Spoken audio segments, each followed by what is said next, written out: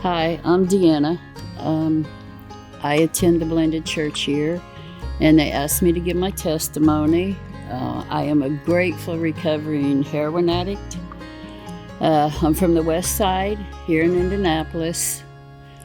I started using drugs when I was young, smoking pot, drinking. My sister got killed, and I spiraled and continued to use. I lived a very rough life, considering, by most standards, I would say. By the time I was in my 20s, I had been injecting IV, shooting dope. It spiraled. I tried for years and years and years to quit. I quit just a minute and then start right back.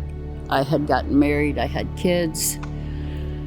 That went on for my use of shooting dope one time went on for decades. In my addiction, I shot dope for over 30 years. And you just get so caught up in it. You do more and more because, of course, your tolerance gets higher and higher. Which, I mean, it just, and most people, a lot of people will use different drugs. I did at first, I used everything. But then over the years, I like my opiates. The dope sick, you gotta, like I said, you have to have your dope or you're gonna be sick. You can't get out of bed. You'll end up I slept lots of times on the bathroom floor, trying to find a vein. Butchering myself because my veins were all blown. At one point, they talked about amputating my arm because it was beyond an abscess. I had numerous abscesses, but this was beyond an abscess, and they told me if it had settled to the bone, they would have to amputate. So I went back in there, and I'll never forget the doctor coming back out and talking to me, and he said, "And by the way, have you been shot?" And I said, "Yeah." "And why?" And he said, "Well, you have a bullet in there." My mindset, I started cussing at the doctor because you told me it went all the way through instead of me taking responsibility and I might get my arm amputated. I wanted to blame him.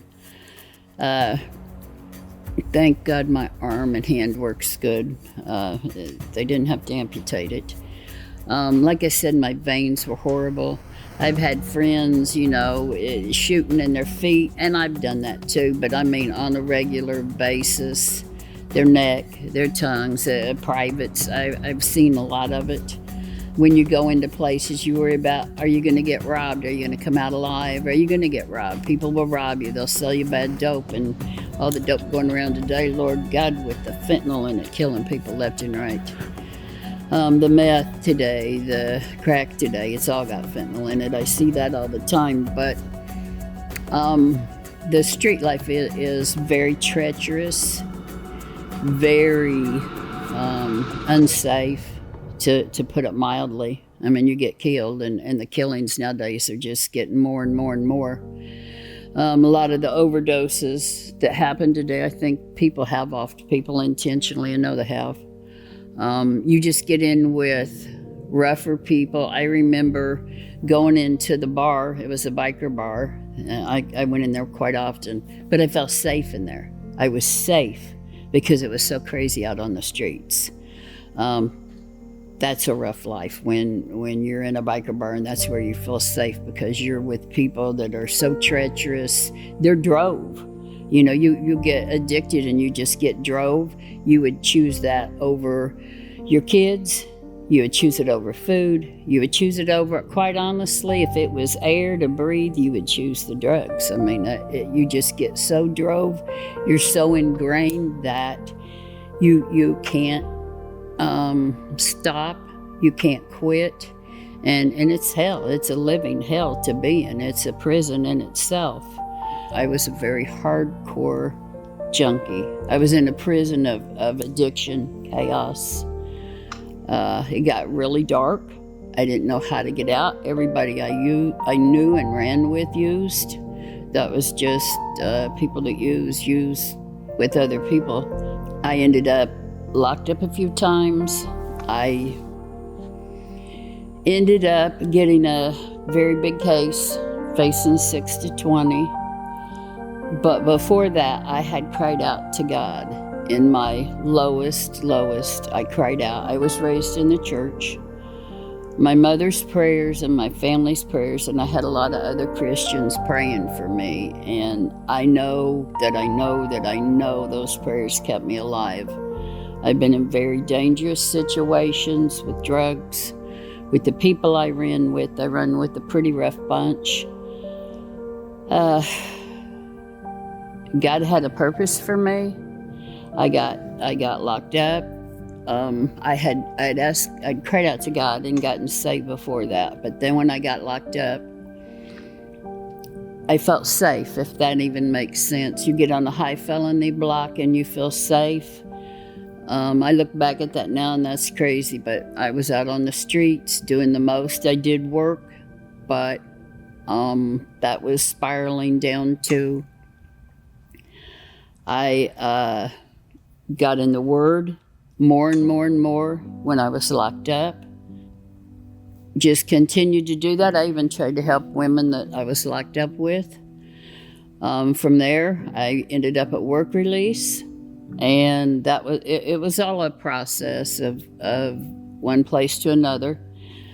I was at work release for a while, and I got out, and I went to a sober living facility downtown, Lucille Raines. It's still there. And I got a job at Seeds of Hope, working with women.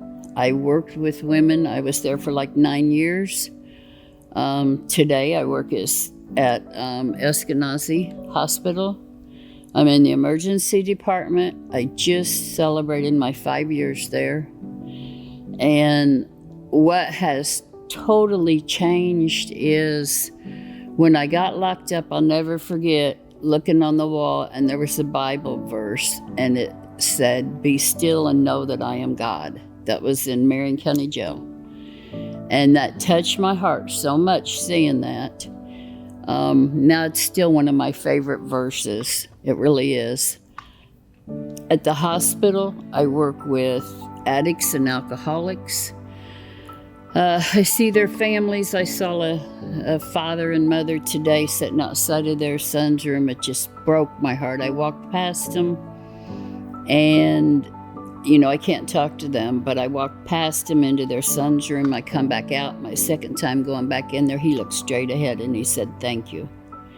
And it really shook me up.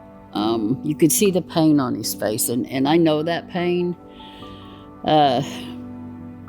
I just see so much pain and so much brokenness and addiction. And me personally, I didn't know how to get out. I tried. But God totally transformed my life. My life isn't perfect, by no means, but I am totally clean. I am of sober mind. I see people that I work with all the time. I'm based out of the emergency department, and I do go throughout the hospital, and I see people all the time. They just don't know how to get out. They don't know. And I see that same pain in their eyes. And in the literature, it's unparalleled, one addict helping another. And I thank God.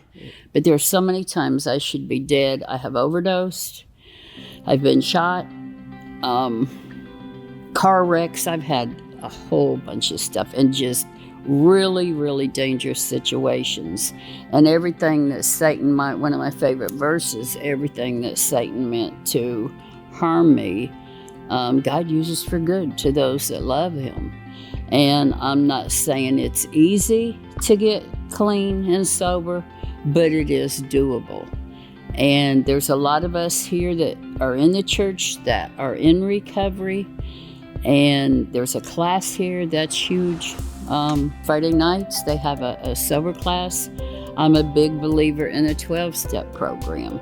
Mine was just not a poof and God pulled me out. Mine was he pulled me out. I'm one of the ones that he came back for. Out of the 99, he left them. He came for me, and I can't thank him enough for that. But My recovery hasn't been easy, but it is doable. I've had to fight tooth and nail for my recovery, but I would not go back for nothing. I see people on a daily basis, and it breaks my heart. Some people I see a lot of people that I have sent to treatment, helped get into treatment, and they're doing great today. And I hear from them. Sometimes I go to meetings and I see people. We see a whole lot of people there. And if you want help, I promise you, I have so many. In the dope world, I had lots of connections. And in the recovery world, I have lots of connections. That's just the truth. And I was always out doing the most, but I try to do the most with God's guidance today. To me, Jesus is my foundation. He's the healer. He is the restorer. You know, He's restored me. He's healed me. I'm still a work in progress, and I will be to the day I die. But Jesus is my foundation. I know, He is why I'm alive today.